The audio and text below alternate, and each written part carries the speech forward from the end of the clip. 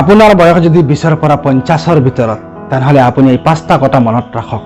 Number 1, আপোনাৰ জীৱনৰ এই সময়খিনিয়েই প্ৰডাক্টিভ সময়। এই সময়খিনিক আপোনাৰ মনে যি চাই সেইখিনি আপুনি কৰক, কাৰো কথা চিন্তা নকৰি আপুনি আগবাঢ়ি যাওক।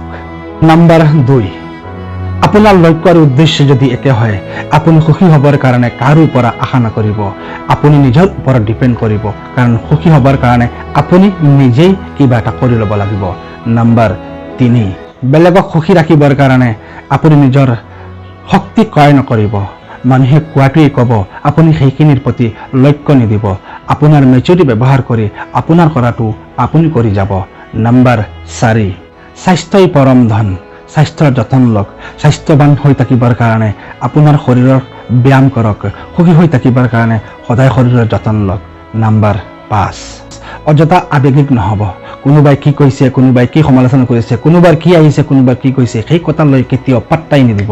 মুঠতে আপোনাৰ শৰীৰ, আপোনাৰ স্বাস্থ্য, আপোনাৰ জীৱন সুখী থাকিবৰ কাৰণে আপোনাৰ নিজৰখিনি নিজে কৰি থাকক, বেলেগৰ কথাৰ প্ৰতি গুৰুত্ব নিদিব, কাৰণ এয়া আপোনাৰ জীৱন।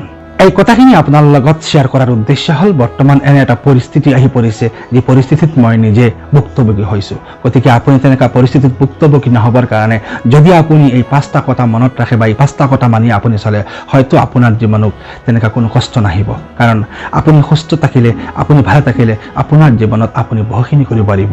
কাৰণ বেলেগৰ কথা চিন্তা কৰি, বেলেগৰ কথা ভাবি যদি আপুনি আপোনাৰ স্বাস্থ্য, আপোনাৰ জীৱন, আপোনাৰ এই সুন্দৰ সময়খিনিক অযথা নষ্ট কৰে, তেনেহ'লে এটা সময়ত গৈ আপুনি নিজেই পস্তাব লাগিব। ভাবিলোঁ আপোনালোকৰ লগত শ্বেয়াৰ কৰোঁ। ভাল পালে ভিডিঅ'টোত কমেণ্ট কৰিব, আৰু কোনে ক'ৰ পৰা ভিডিঅ'টো চাইছে যদি কমেণ্টত উল্লেখ কৰে, নেক্সট ভিডিঅ'ত হয়তো আমি আপোনাক ধন্যবাদ দিবলৈ চেষ্টা কৰিম।